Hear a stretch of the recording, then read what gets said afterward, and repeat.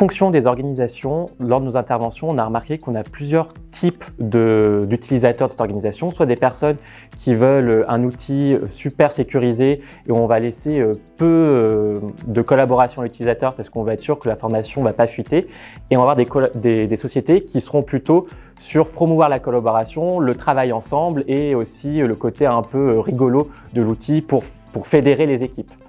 Donc là, à ce moment-là, on a le choix, par exemple, pour tout ce qui est Jiffy, donc les petites images qui bougent, de soit les autoriser, soit de les interdire. Donc pour moi, il faut mieux les autoriser parce que comme ça, de temps en temps, quand on est dans un projet, quand on a des moments de rush ou de stress, eh ben, on peut décompresser avec une petite image rigolote, ça fait rire toute l'équipe, ça fonctionne bien. Et bien sûr, ces Jiffy, on peut les modérer pour ne pas avoir des images un peu bizarres et que ce soit que des images qui soient mignons et qu'il n'y ait pas de souci. Une autre chose aussi que je déconseille énormément aux clients, c'est d'activer la suppression des messages par le propriétaire. On va avoir de la modération, mais la modération un peu abrupte en disant bah, « je ne suis pas d'accord avec ce message-là, du coup je le supprime à ta place ». Et donc là, on va se sentir surveillé, fliqué, et donc là, on va avoir une mauvaise adhésion à l'outil. Donc il faut vraiment faire attention dans ces petits outils d'usage et ces petites options de bien trouver le bon équilibre pour que tout fonctionne bien.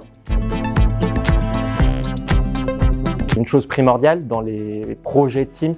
c'est tout ce qui est communication, petite formation pour dire qu'est-ce que vous avez le droit, qu'est-ce que vous n'avez pas le droit, et expliquer aussi le pourquoi de ce qu'on n'a pas le droit. En disant là, on n'autorise pas les gifs parce que pour nous, ça ne rentre pas dans la politique de l'entreprise. Ou là, on n'ouvre pas le Teams au public parce qu'on va mettre des documents un peu confidentiels et donc on ne veut pas que ça soit partageable. Et donc pour pas que vous ayez peur, et du coup, on ferme que pour l'interne, que pour l'entreprise. Donc c'est vraiment